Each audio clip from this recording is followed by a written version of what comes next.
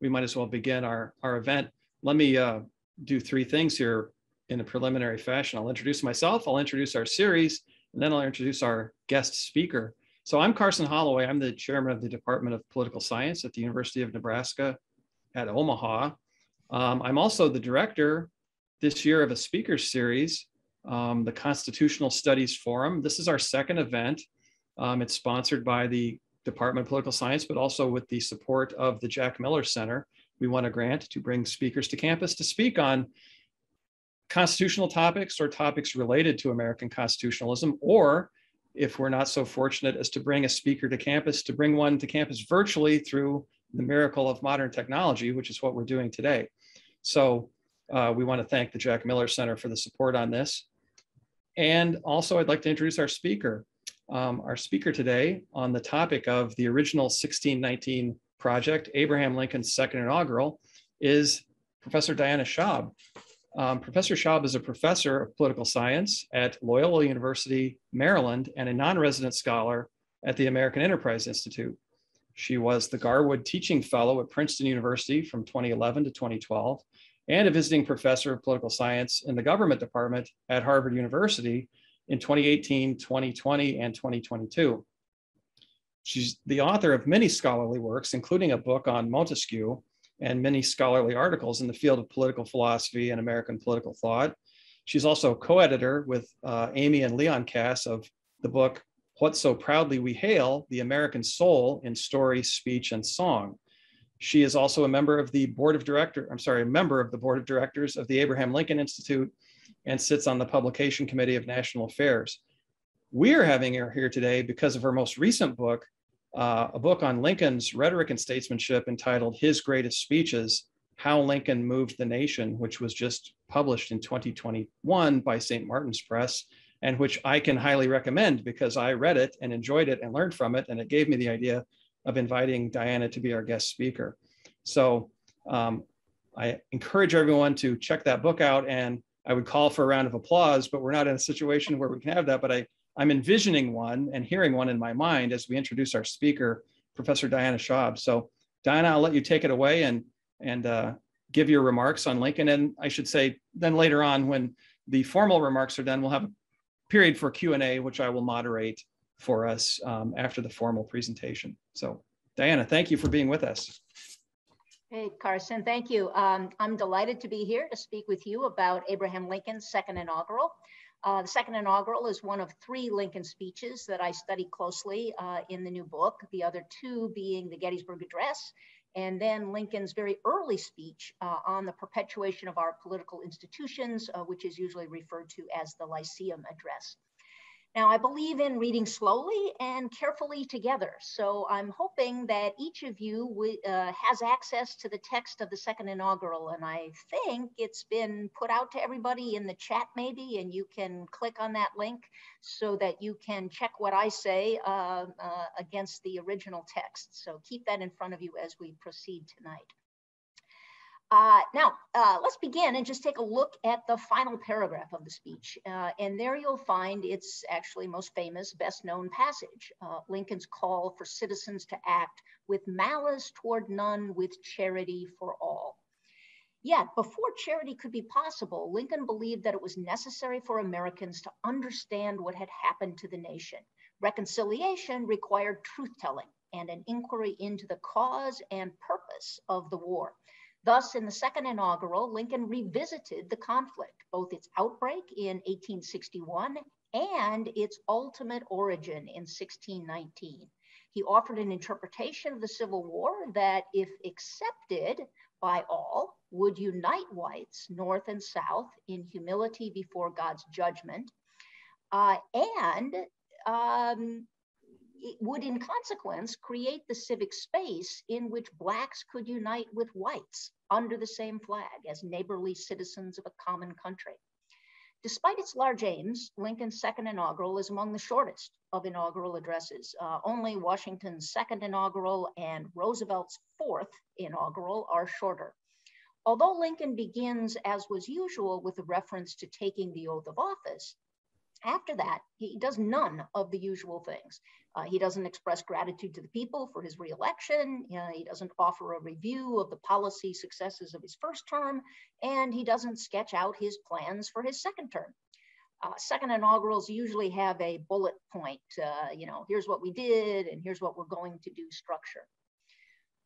Now, of course, there was nothing usual about a national election in time of civil war. Only 25 of the 36 states participated in the 1865 election. The 64 election, inauguration in 65, since the other 11 states still considered themselves to be a separate nation. Another feature that characterizes inaugural addresses is that they try to achieve a reunification of the nation. There's always been intense partisanship that's part of any electoral contest. So think of Thomas Jefferson, that highly contentious election of 1800. In his inaugural, he promised to be president of all the people by announcing, we are all Republicans, we are all Federalists. For Lincoln, however, the task of reunification was more difficult because it extended well beyond the parties to the election. It had to include the parties to the war. One of the first rhetorical techniques that Lincoln adopts is to submerge himself. Again, this is rare in an inaugural address. Presidents usually say "I" a lot in these addresses, and they do so even if they are not clinical narcissists. Lincoln, however, makes only one reference to himself, and that is in a little parenthetical aside. It's toward the end of the first paragraph. Given that the occasion was Lincoln's own inauguration, his studied avoidance of self-reference is difficult to pull off. And indeed, the attempt to sink himself from view leads him into a rare grammatical error. Lincoln was a very bad speller, but he was an excellent grammarian. But he makes a mistake here.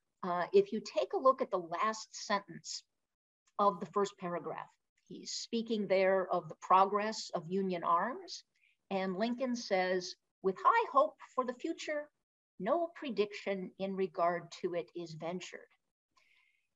That's a dangling modifier. As written, the subject of the sentence is no prediction. No prediction is not an entity capable of having high hopes. Fixing the sentence would require Lincoln to center himself in the sentence. He would have to say something like, with high hope for the future, I venture no prediction in regard to it. So despite being center stage, it's his inauguration, Lincoln refused the limelight. So we might ask, what replaces I as the operative actor? Well, politicians often substitute we. They focus on the collective. Lincoln did that brilliantly in the Gettysburg Address, where he also caused himself to disappear. Gettysburg Address is 271 words. There are 10 instances of we and not a single reference to I. Although Lincoln does make some use of we in the second inaugural, he relies much more on the indefinite pronoun all.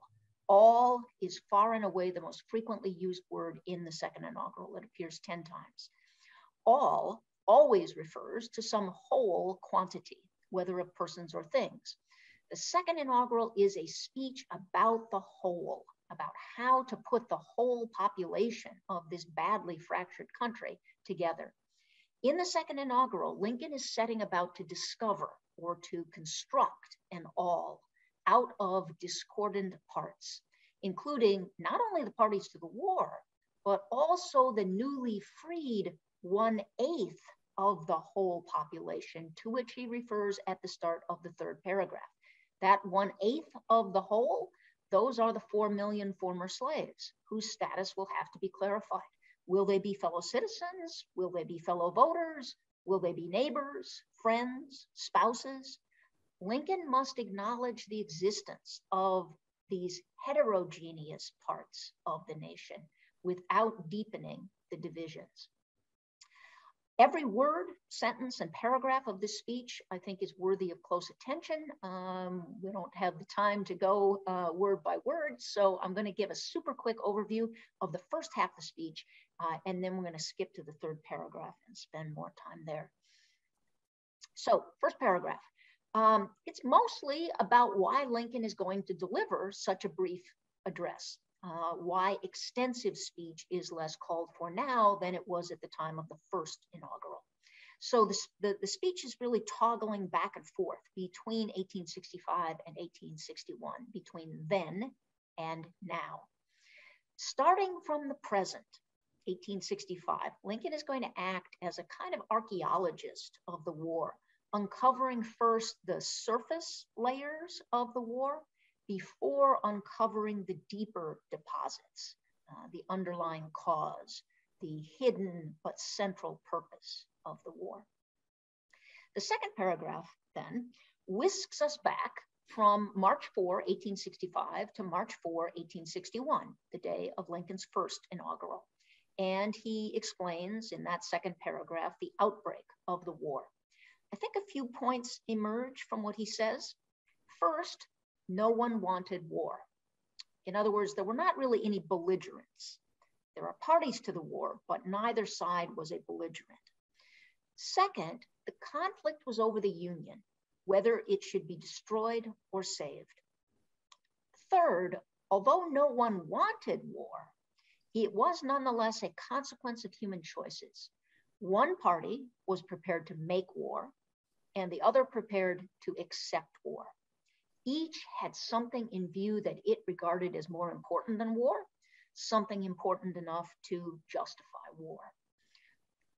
Fourth, war was a consequence. It was a logical result. It was not a happenstance or a mistake. Now, many scholars are struck by the moral even-handedness of Lincoln's presentation. And I certainly think there is something to that observation, but I think it's often exaggerated. Lincoln's reliance on these indefinite pronouns, all, both, each, neither, his reliance on those indefinite pronouns creates an impression of impartiality or equivalence. However, there is an undeniable moral judgment expressed toward the parties. The insurgents, and even the word itself, has a negative connotation. The insurgents have set their faces against the nation's survival. They are actively seeking to destroy it. The other side, the government, refuses to allow the nation to perish, and it is, quote, devoted altogether to saving the Union. Despite these sharp discriminations, Lincoln does not place sole blame for the war on the insurgents. It took both parties, acting as they did for the reasons they did, to produce the war that neither wanted. And the war came, Lincoln says.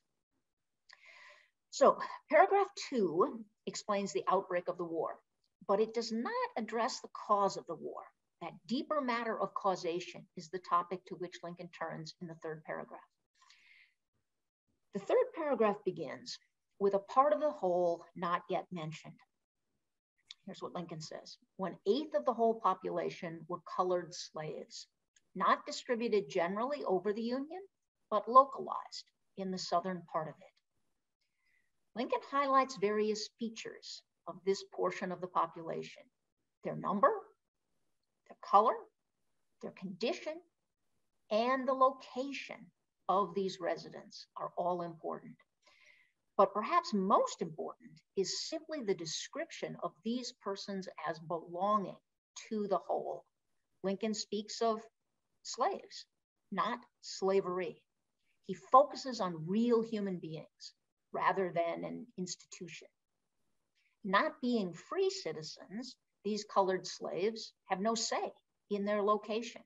That's why he says they are distributed rather than having chosen to live or reside somewhere. Note how careful Lincoln's phrasing is. He does not speak of the South.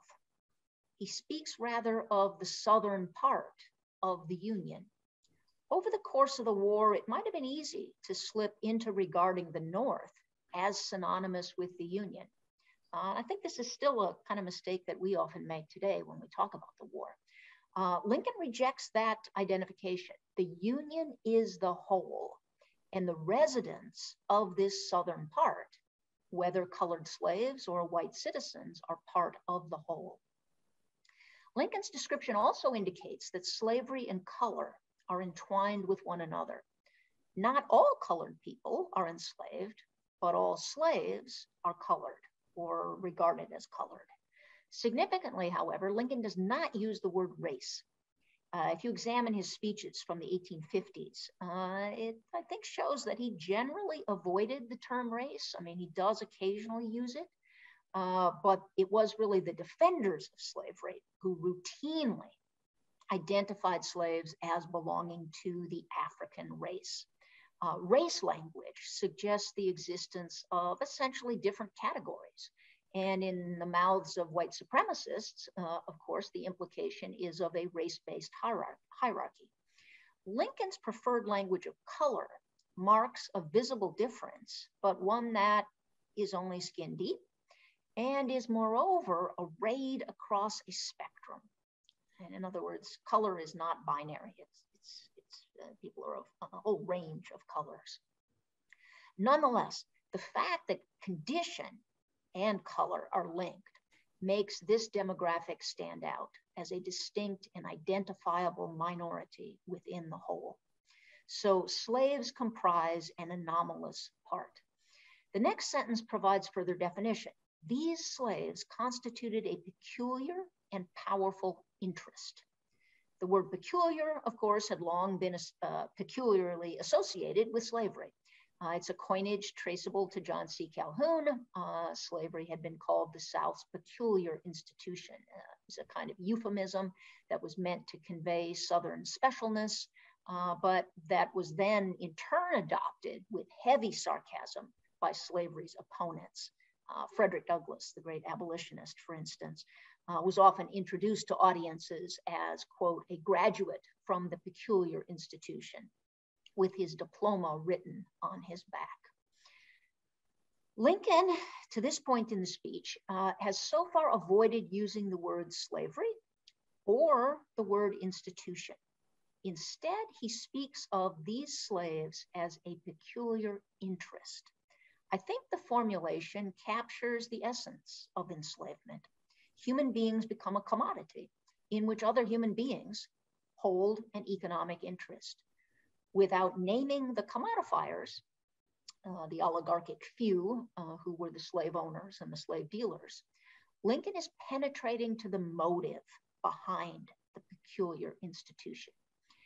After more accurately characterizing slave ownership as an interest rather than an institution, and thereby reminding us of James Madison's observation in Federalist 10 that interests are powerful drivers of political faction, Lincoln declares, all knew that this interest was somehow the cause of the war. The statement is unequivocal. All knew, which is to say, both those who shared the interest and those who did not were aware that this interest was the cause of the war. Although the cause was known by all, the operation of the cause is unspecific. The interest was somehow the cause of the war. The next sentence provides considerably more detail about the somehow, for it moves from the all, which is the point of agreement, all knew, to a specification of the divergent aims of the parties, and especially the scope of those aims. Quote, to strengthen, perpetuate, and extend this interest was the object for which the insurgents would rend the Union, even by war, while the government claimed no right to do more than to restrict the territorial enlargement of it. Lincoln now clearly denominates the parties as the insurgents and the government, the insurgents versus the government.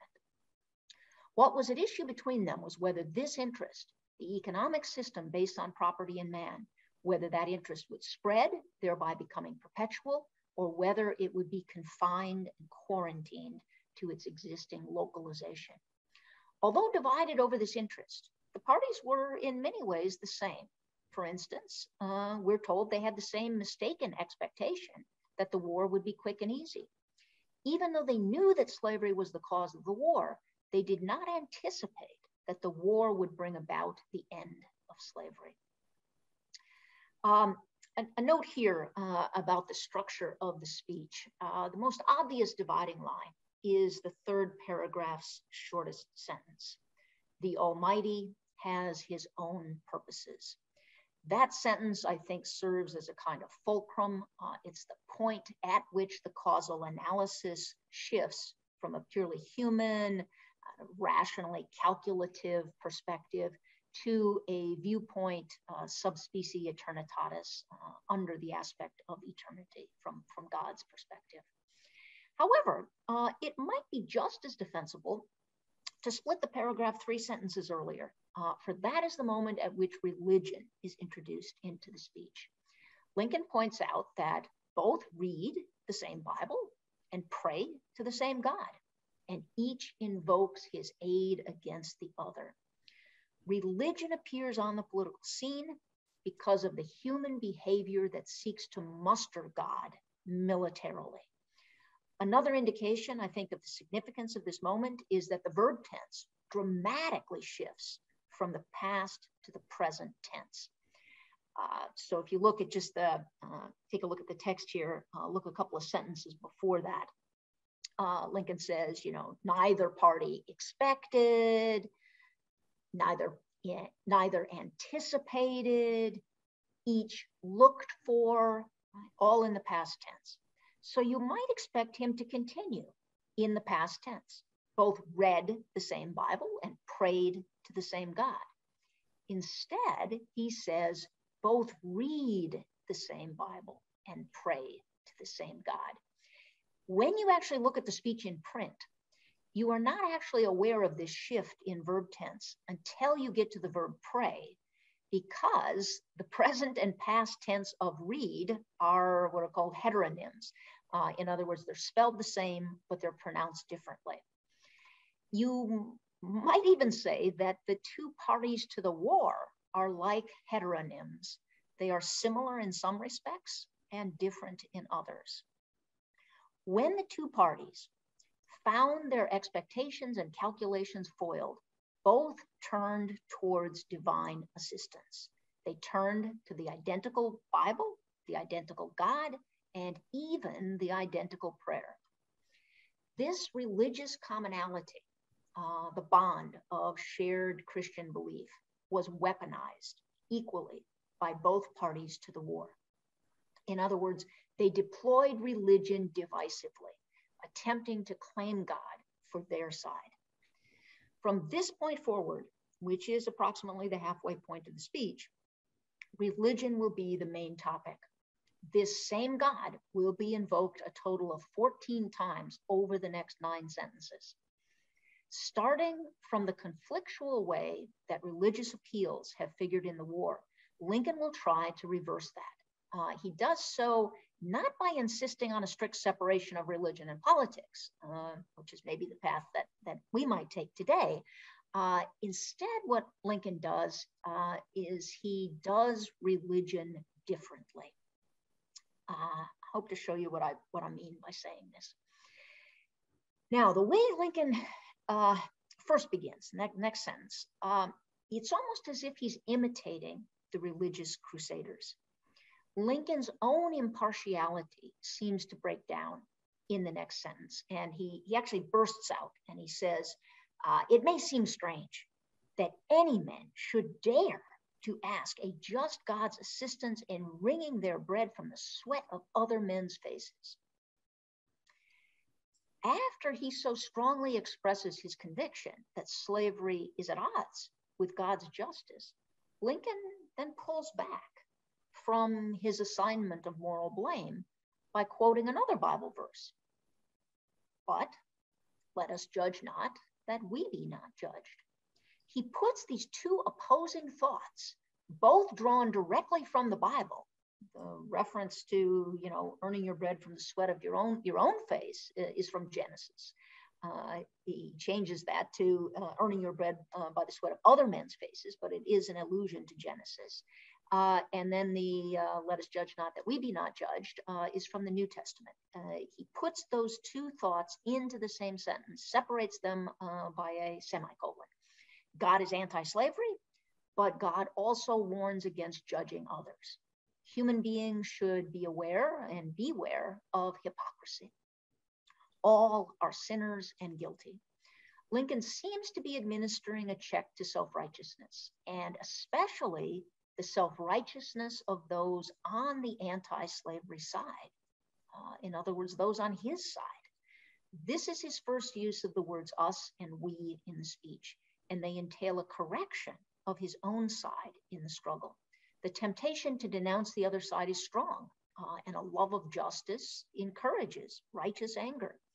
Lincoln briefly gives vent to such feelings himself, and then he reins himself in with a reminder that he too is under judgment.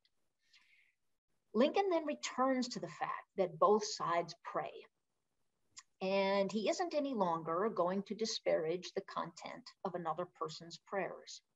Nonetheless, since prayers are addressed to a higher power, perhaps we can conclude something about God's judgment from the way in which God either does or does not answer prayer.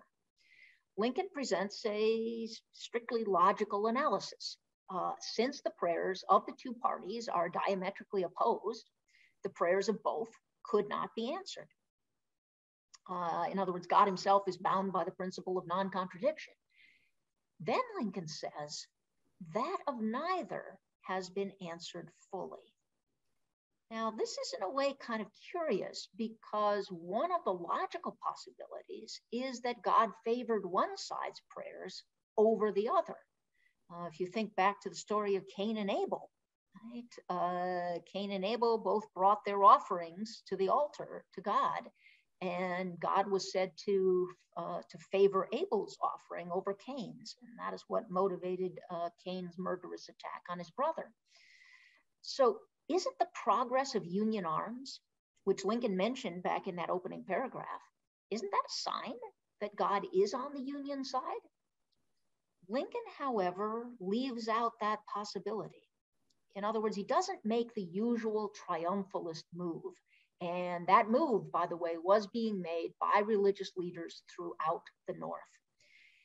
Instead, what Lincoln does is administer another check to moral superiority. And he says modestly that the prayer of neither side has been answered fully. Now, that's certainly true of the insurgents. I mean, they can't be too impressed with the efficacy of prayer at this late date in the war. They are losing. Lincoln's phrasing, I think, covers over the significant gap between the outcomes for the two parties. The Union may not have gotten all that it wanted, but it was on the cusp of winning. Lincoln's formulation draws attention away from that fact, and instead what he chooses to emphasize is the commonality of those disappointed prayers, years worth of them, as the war dragged on, and hundreds of thousands of young men died. This leads to the most powerful pivot moment in the speech. The Almighty has his own purposes. So God is not our tool or our instrument.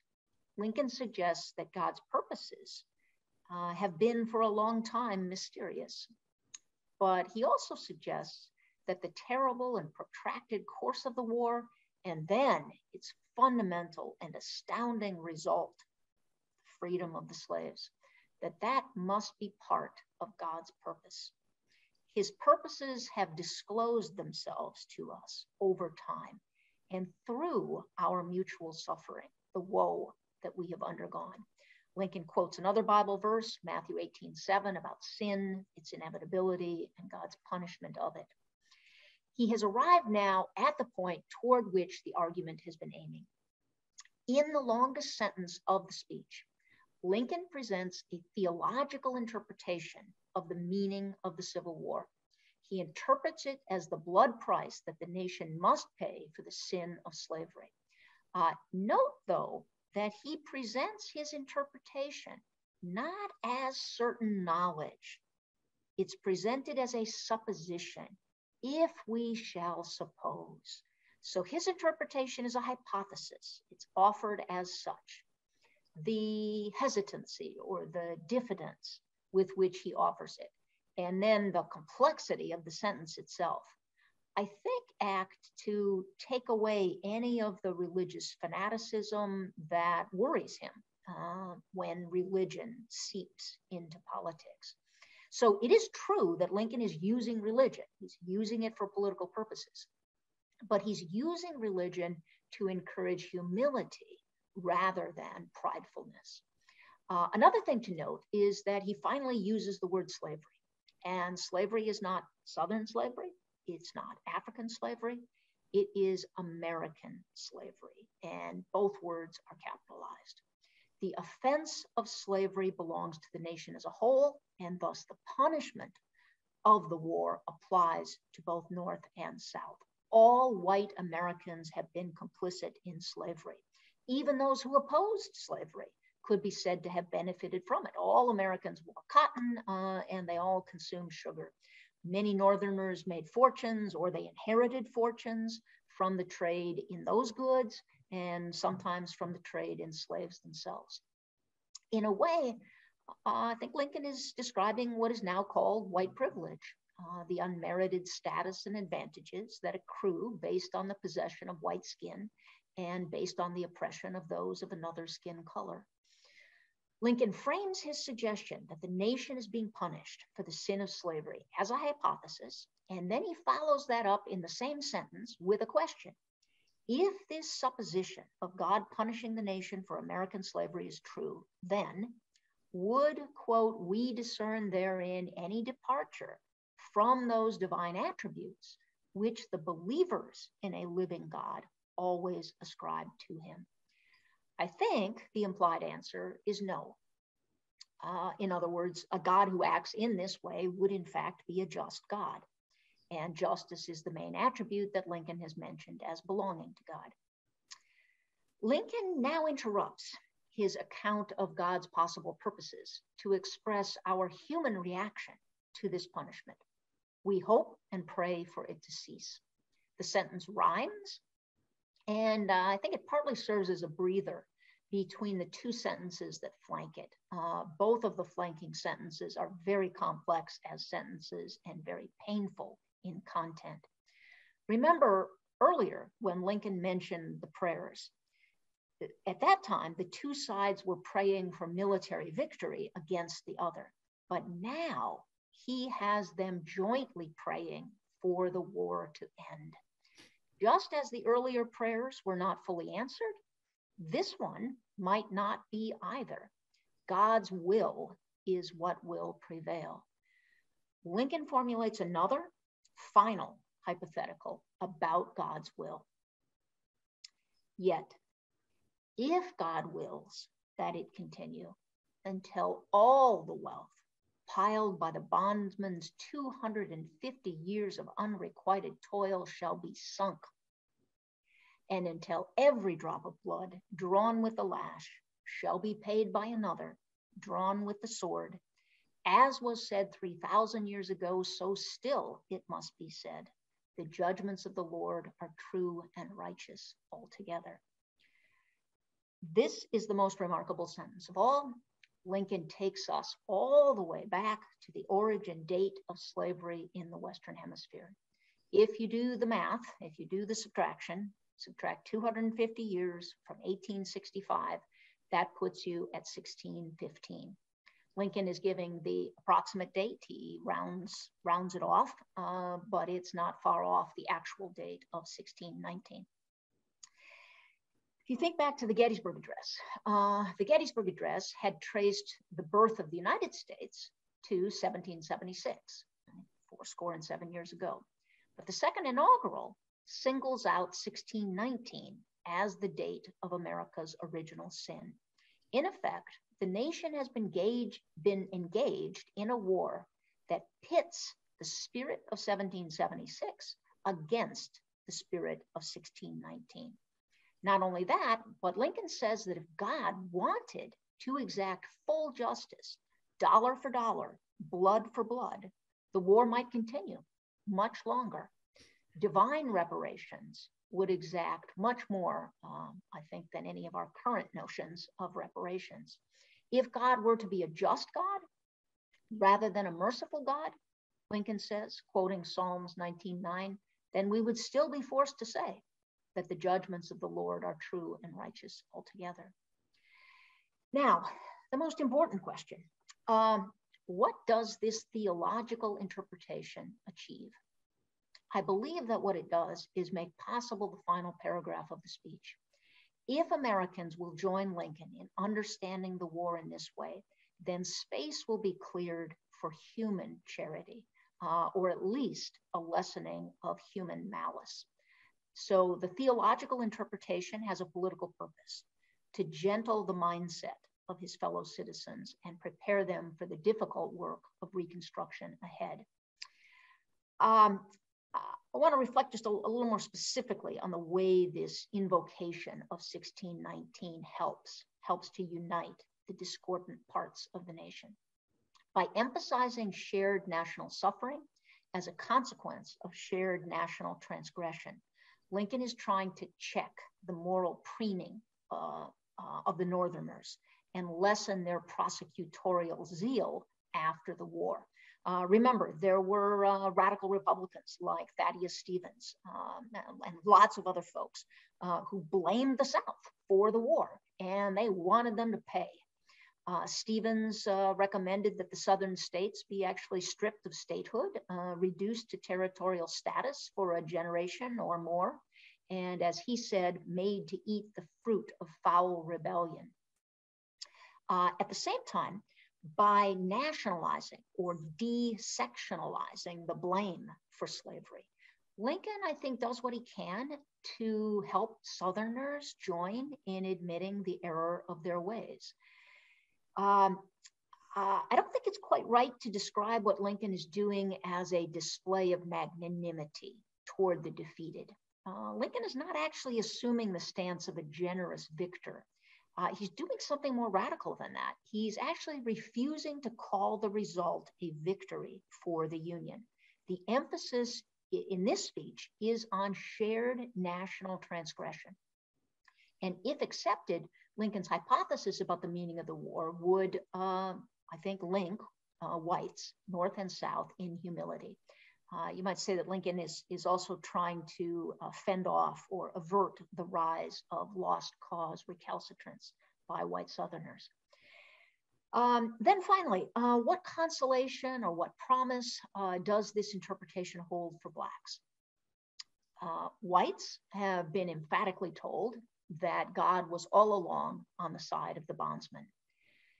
Blacks are encouraged to believe that the long delay in vindicating them was also somehow part of divine providence. Further, the President of the United States has declared officially, in his official capacity, that God would now be justified were he to exact eye for eye vengeance on their behalf. This national confession of guilt does not do away with the need for political justice going forward, but the thought that Americans have been punished, really punished. One soldier died for every 7 persons enslaved from 1619 to 1865. That thought might incline these new Black citizens toward a stance of thanksgiving for their blood-bought freedom and patience for the struggles ahead. And I think one hint that Lincoln's message to the Black population was understood can be seen in the fact that in every post-war speech in which Frederick Douglass mentioned Lincoln, he always quoted this divine reparations passage from the Second Inaugural.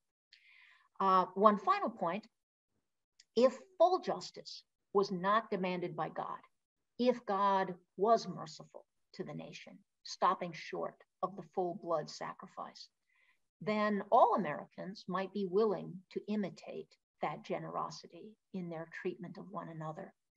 Lincoln's spiritualized understanding of the war was designed to help the various parts of the American whole to rise above their worst passions, their arrogance, vindictiveness, resentment, hatred, rage, to rise above those passions and clear the way for genuine atonement with the hope that all could be encompassed within newly forged bonds of civic affection.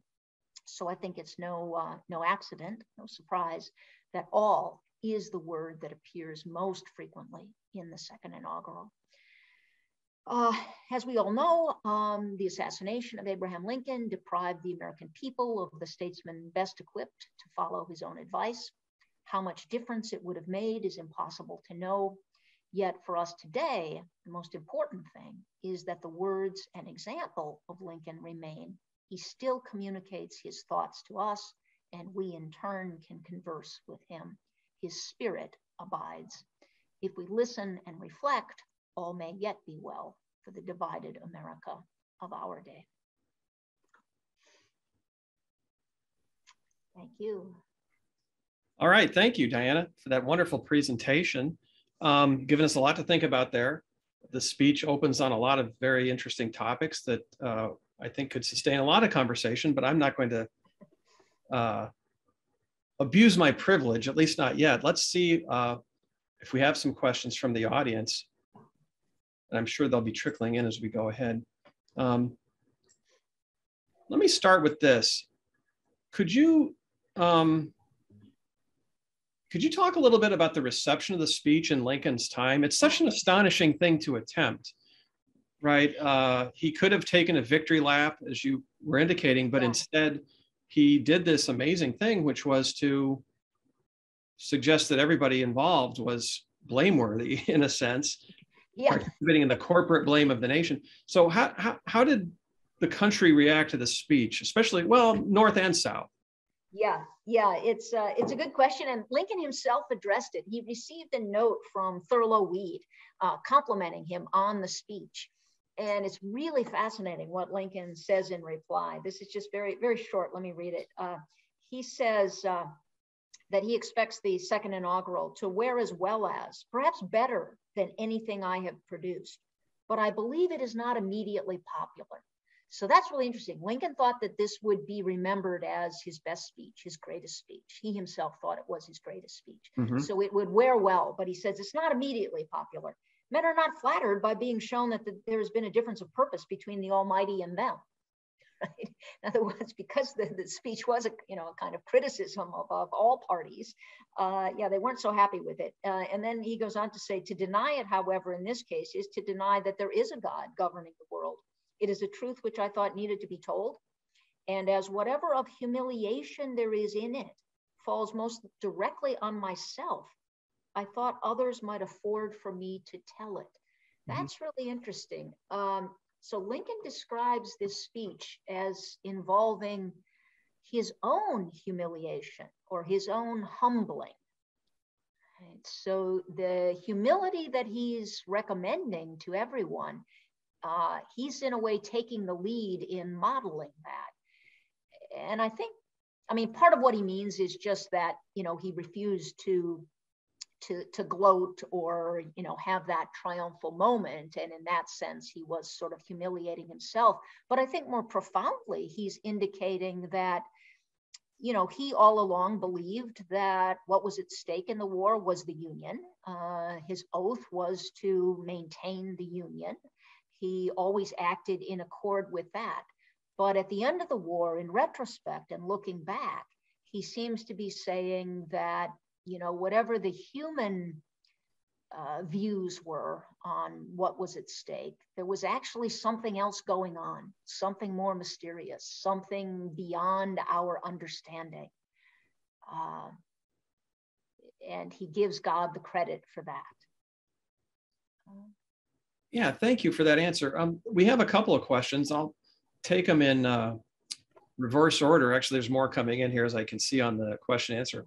But let me jump ahead to the second one because it picks up on the very issue we're talking about. One participant asks or says, historians often characterize Lincoln as non-religious in his personal beliefs. And I think I'm inserting myself here. There's a stage in his life in which you could say that, I believe, in his youth. And yet the question continues, he offers rather, a very religious speech. Do you think this is evidence of him turning back toward religion during his presidency? So yeah, can you tell us something about Lincoln's personal religiosity and whether that changed over time? Yeah, this is a very difficult question, a very contested question. And, one does not have insight into someone else's soul. What you mentioned there is certainly true. As a young man, he was quite a religious skeptic, clearly and visibly a religious skeptic. It's also true that over the whole course of his life, he never joins a church. His wife joins a church, but he's never a member of a church. There is, though, growing, there is a lot of testimony to his growing, I don't know, religiosity, interest in religious faith, fairly well-attested accounts that he went upon his knees in prayer, as president. So I think it's certainly possible to argue that, especially under the weight of the burden of the war and all of these deaths and the deaths of his own children and all that tragedy, that there is a kind of deepening religiosity. I think, though, it is also possible to read the speech as Lincoln's awareness that he is speaking to a largely Christian people, and that becomes a resource of his rhetoric. And in fact, it's been a resource of his rhetoric all along. I mean, you could look at the Lyceum Address.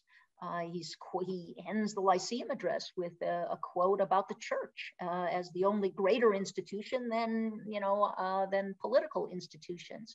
So he's steeped in the Bible. He's constantly studying the Bible. I don't think there's any public figure we've had who is better versed in the Bible. And so you could argue that he's just taking full sort of advantage of that, his ability to frame these religious arguments.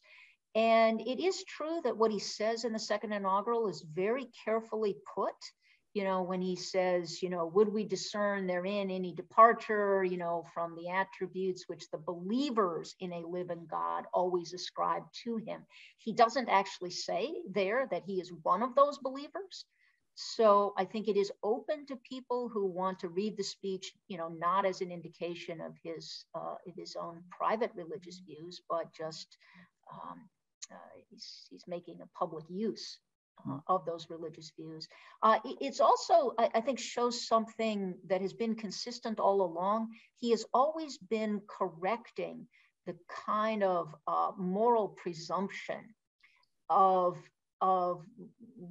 religious believers and the way they bring religion into politics. He did that all the way back in the Temperance Address.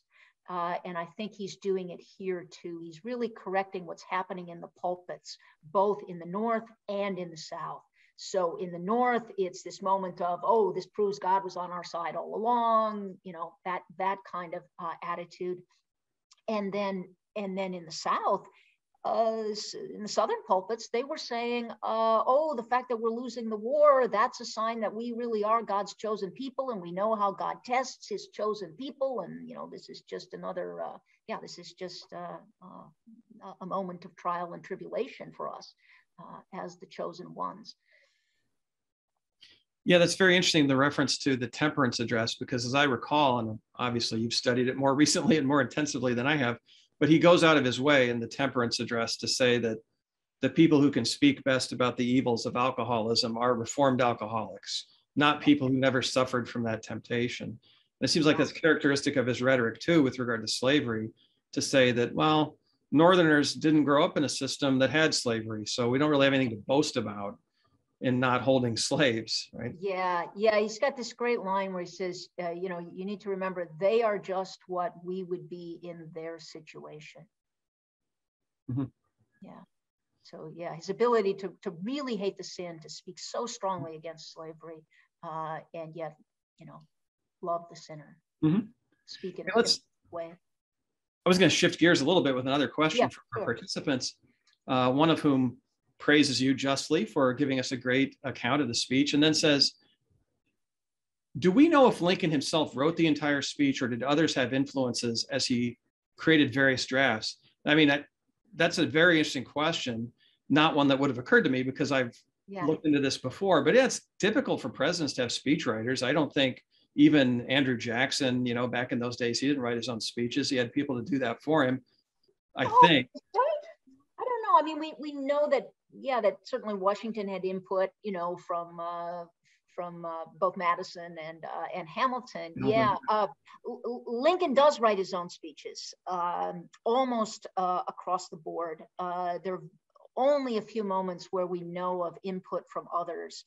Most famously, the last paragraph of the first inaugural. Lincoln was going to end his first inaugural with a reference to his oath. It's now the penultimate paragraph. In other words, it was going to have a kind of circular structure. He invokes the oath at the beginning of the first inaugural. He was going to end with this statement about the oath. You know, I have an oath registered in heaven. You folks, you know, the secessionists, you have a choice here. You don't have to do what you're doing. That's how he wanted to end it. And Seward suggested that he should do something a little bit more, you know, reaching out towards the secessionists. So Seward wrote a draft, and Lincoln said, "Yeah, okay, you know, tell me what you have in mind." And Seward wrote a draft of what the final paragraph would look like. And then we have that draft, and then we also have, you know, what Lincoln ends up with. And it's just amazing to put those two paragraphs side by side and see the way in which Lincoln took Seward's, you know, pretty flat version and made it something really spectacular. And so you can just study every word change. I mean, he didn't change a whole lot, but what he did just changed the whole thing. Yeah, you can see it in a line like Seward suggested, "I close," you know, just like in conclusion. And Lincoln changes that to, "I am loath to close." Think of the shift in tone there. I mean, Lincoln is saying, you know, I don't want to stop talking, because the moment I stop talking, it's in your hands to decide whether there will be secession and war. And so I am loath to close. Hey, we have a couple of very detailed questions. These are interesting. I want to share them with you and see what you do with them. So a UNO participant asks if you can elaborate on the last sentence. So I'm reading the comment here of the question. He says, "I think there are two very important rhetorical turns. His generalization about peace among all nations, not only among ourselves, also the term a just and lasting peace, as opposed to simply cessation of conflict. In both cases, he raises up the effort very similar to the ending of the Gettysburg Address." So could you react to that if I stated it clearly enough? Yeah, sure. That's great. So yeah, if you look at that last paragraph, which is in fact just one sentence, okay, the actual heart of the sentence itself is an imperative. It is, let us strive on. Right? That's the sentence. Let us strive on. And so it is very like the end of the Gettysburg. That too is a call to action. Right? So let us strive on. Then you have three clauses at the beginning that describe the way in which you should strive, the spirit in which you should strive. Malice toward none, charity for all, with firmness in the right, as God gives us to see the right. People usually just quote the malice toward none and charity for all, but that third element is very interesting. Right? We have to act politically. We have to do so firmly, in the right. But there's an acknowledgement there that our access, our knowledge of the right can never be complete. There is this kind of epistemic uncertainty. Right? God gives us to see the right, but he doesn't give us to see it perfectly. Right? We see through a glass darkly. Nonetheless, we have to act. We must go forward with firmness. So let us strive on. And then after the let us strive on, he describes the things that have to be done. Right? He specifies them. Finish the work we are in. That means win the war. Right? War is 4 weeks away from ending, but it's not over yet. And there are going to be actually 25,000 more casualties during those 4 weeks. So we've got to win the war. Then bind up the nation's wounds. Right? Those are, I think, the wounds of this almost self-suicide of the nation. And then the actual wounds, the literal ones, to care for him who shall have borne the battle and for his widow and his orphan. To do all. So look at the use of all here. So now we have to act with charity for all persons. We have to do all, which may achieve and cherish a just and a lasting peace. So I think you're right. There is an indication there. We don't want peace at any cost. We don't want the kind of peace that is just, a 20 years delay of the next war. A lasting peace, I think, has to include that justice. That's part of what would make it lasting, is that it is a just and a lasting peace among ourselves, and then the expansion out to the world and with all nations. So that is like the Gettysburg Address also, where he says, so that government of the people, by the people, for the people shall not perish from the earth. So this is very characteristic of Lincoln at the end, to kind of expand outward beyond just the United States to sort of encompass the whole world. So if you look at the 10 instances, the usages of the word all, it's quite interesting. The first reference to all is simply the Unionists. It's when he says that, I think you're all, I take it everybody's happy with how the war is going, that all are satisfied. That's just a reference to the Unionists. The next reference to the all expands it to include, both North and South, all parties to the war. And then he expands it further to include the slaves, and all their unrequited labor. So there's this constant expansion throughout the speech in who is included within the all. So I think that move at the very end is to say eventually all nations. Okay, good, thanks. Yeah. Here's another of the questions I was mentioning that zero in on certain details of the speech. So I'll read this one as well. Our participant says, I've always had difficulty parsing the long, unwieldy sentence in the third paragraph beginning, if we shall suppose, and especially the phrase must needs come in the middle of that sentence. Yeah. Can you help me understand his structure and meaning here? Yeah, good. Okay, so let's everybody turn to that passage. Mm-hmm.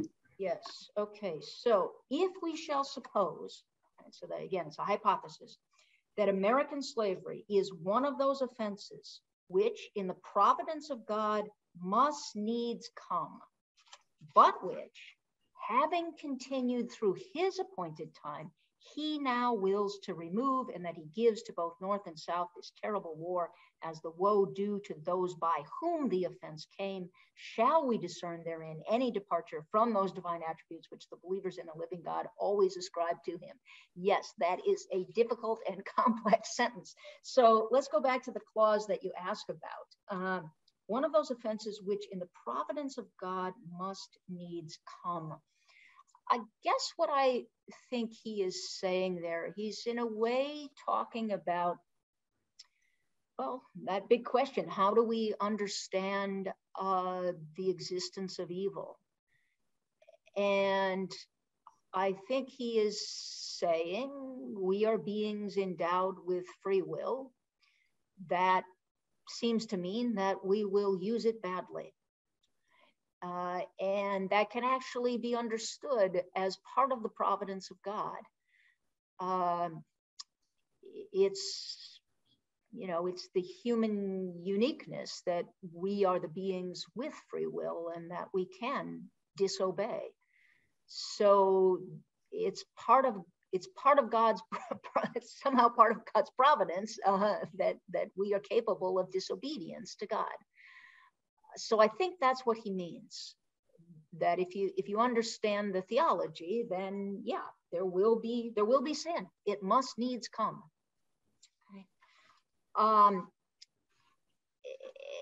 And then you have this God who is active in the world, active in history, right? It continues through his appointed time. He now wills to remove slavery as the woe due to those by whom the offense came. So it's very clear there that it was the human beings who are being held responsible for that sin, right?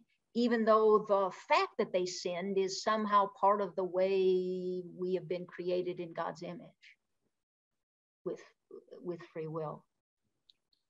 I don't know. That's about the best I can do. I'm not a theologian, but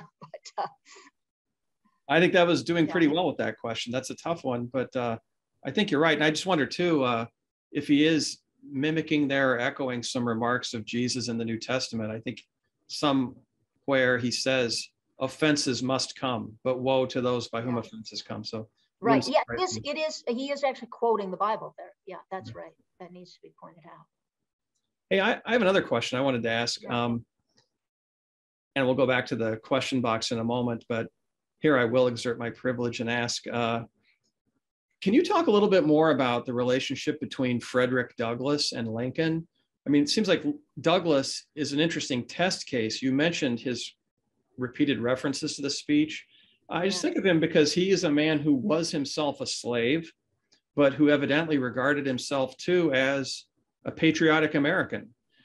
So, how did he react to this interpretation that Lincoln proposed in the end of the speech? Is something I'm interested in. Yeah. I mean, of course, we know that Frederick Douglass didn't really start out as a patriot. He started out, as a Garrisonian abolitionist. And he basically says, I have no love for my country. I can't, so long as my mother and sisters and, so many of my fellows are enslaved. But he changes his mind as a result of his changed view of the Constitution. Douglass comes to believe that the Constitution is not a pro-slavery document, that it is a glorious liberty document. And that really turns him from being a revolutionary into being a reformer, still quite a radical reformer, but a reformer. Now, in the lead up to the war, Douglass has a lot of doubts about Lincoln. He thinks he's too cautious. He's very critical of him.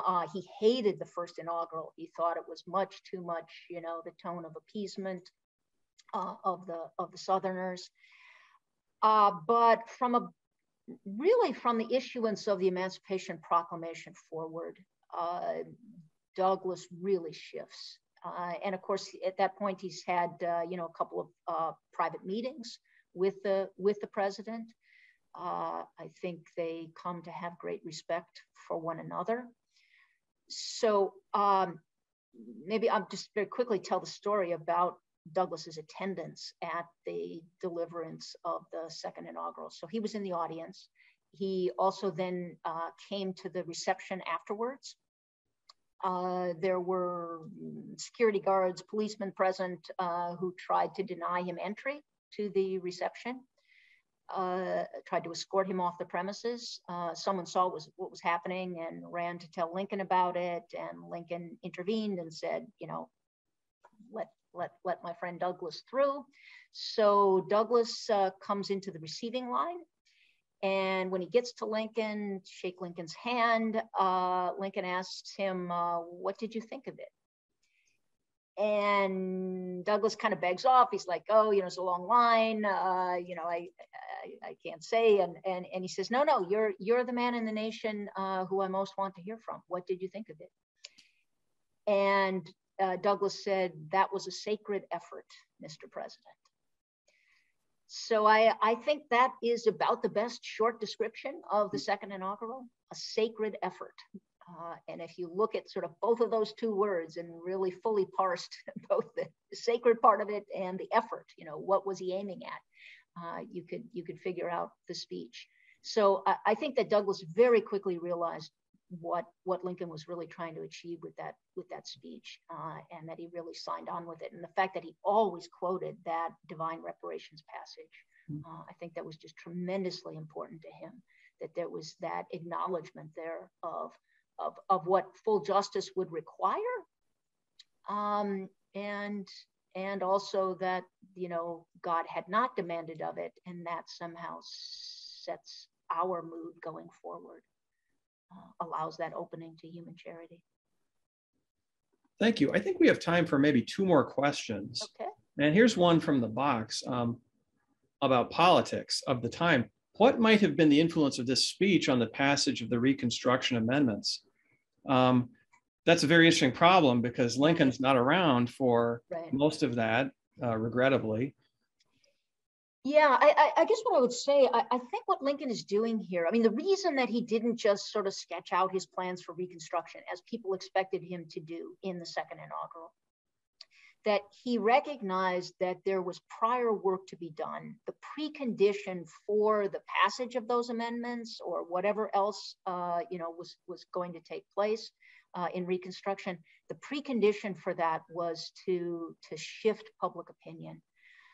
And so that's the task that he sets himself in the second inaugural. Now, of course, there's only so much you can do in in one speech, especially a speech of 700 some words. But it seems to me Lincoln is always aware of this. I mean, he says it explicitly, right? In communities like ours, public sentiment is everything. With public sentiment, you can pass laws, give effect to those laws. If you don't have public sentiment on your side, it'll be meaningless. I mean, you could pass the 15th Amendment, but if public sentiment does not support it, it is not going to be enforced. And in fact, it was not enforced for 100 years. Now, Frederick Douglass was one of the prime movers for the 15th Amendment, thought it was still imperative to get those words into the Constitution because the Constitution is a glorious liberty document. It was important to have the standard there. The nation pledged itself, right, to the vote for African Americans. But Douglass knew that, over the long term, it probably was not going to be enforced, but he still thought it was worth doing. But Lincoln, I think, part of his gradualism is his understanding that public opinion has to be formed first. And that sometimes means that you're going to delay on the actual, on legislation or on political action. Okay, I have one more question that I'm struggling to formulate, but Diana, I think you'll help me make it make sense. Okay, which one is this? What's that? I'm looking here on the list here. Which one? Well, this is one of my own, actually. Oh, one of your own. Oh, okay. Yeah. Okay. No, the questions in the box are totally lucid. It's my own question that I'm worried about. Okay. But I was wondering if you could talk about the virtue of magnanimity as we get it in the tradition of political philosophy, and Lincoln and George Washington. I thought of this because you made a point of mentioning that Lincoln could be viewed as being magnanimous in victory, but he's not. He's actually manifesting some other virtue, maybe a higher virtue, maybe humility, something like that, which draws on a different tradition. In the Nicomachean Ethics, Aristotle has this famous account of the magnanimous statesman. The magnanimous man, he says, is one who claims and deserves great honors. And in a way, Lincoln seems to fit into that category because I believe at one point in his career, he did say to somebody near the end of the war, I don't think anybody could have held this thing together the way I did. Like he knew he was the man who could manage this problem. And then I also think about his farewell address at Springfield, where he says, he's going to the presidency, I go facing a task greater than that which rested upon Washington. And in your book, you compare him rhetorically in some places to Washington, because Washington is the other kind of big, great American president besides Lincoln. So do you have any thoughts on that, about how those two manifest this virtue of magnanimity, and whether Lincoln can be categorized in that way, or is he manifesting something different and even greater? Does he transcend? I mean, if you say that you face a task greater than that rested on Washington's shoulders, and then you bring it off successfully, you may be a greater man than Washington, which is a big thing to claim for yourself. So what do you think about that, is what I want to know. Yeah, okay, that is a big question and a very tough one. Maybe I'll take what from me is the easy part of that. I do think that Lincoln is greater than Washington. And that you can see it in the Lincoln Memorial and in the epigram there. In this temple, as in the hearts of the people for whom he saved the Union, the memory of Abraham Lincoln is enshrined forever. So, I guess I think that in the moment of crisis, the salvation of the Union is a greater achievement than the founding of the nation. I mean, I have a lot of admiration for Washington. I don't want to take anything away from Washington, but I do think that Lincoln is greater, and you can see it in the way in which he's he's not able to rely just on his own personal presence to achieve what needs to be achieved. I mean, look at what happens in the the various mutinies that Washington dealt with. All he has to do is show up on the scene, and all the mutineers start crying and give up. His mere presence is able to bring that about, and that may speak to the fact that he possesses that kind of magnanimity. Washington does, that greatness of soul. There's something, something of the ancient virtue there. There's something Greek, right, about that. Whereas with Lincoln, it's actually his personal presence that people are objecting to. I mean, it's what triggers the secession. So he has got to have I don't know, kind of different range or a full panoply of other things to draw upon. And then on this question of the relationship between magnanimity and charity, yeah, I do think something like that is going on between the two of them, and the fact that the second inaugural, ends with the appeal to charity, and that I think it would be wrong to describe it as a magnanimous speech. I think it is something other than that, and that goes to the role of Christianity and the difference between those virtues. And I think for Lincoln, somehow those Christian virtues are linked to equality, linked to his ancient faith, which is actually the faith in the self-evident truth of the Declaration, the equality of all men. Thanks. That's very helpful and very enlightening, as is the whole presentation. We are regrettably out of time, but you've given us a lot to think about and a lot of things to think about that are very much worth thinking about. There's not a lot in the American tradition that equals or surpasses Lincoln in being food for thought and food for reflection. So thank you very much, Diana, for that excellent presentation. And thanks to everyone else who participated with their very interesting and helpful questions. So we wish you all the best with your efforts to educate folks on Lincoln. Thanks. Really enjoyed it, especially good questions, really first-rate questions.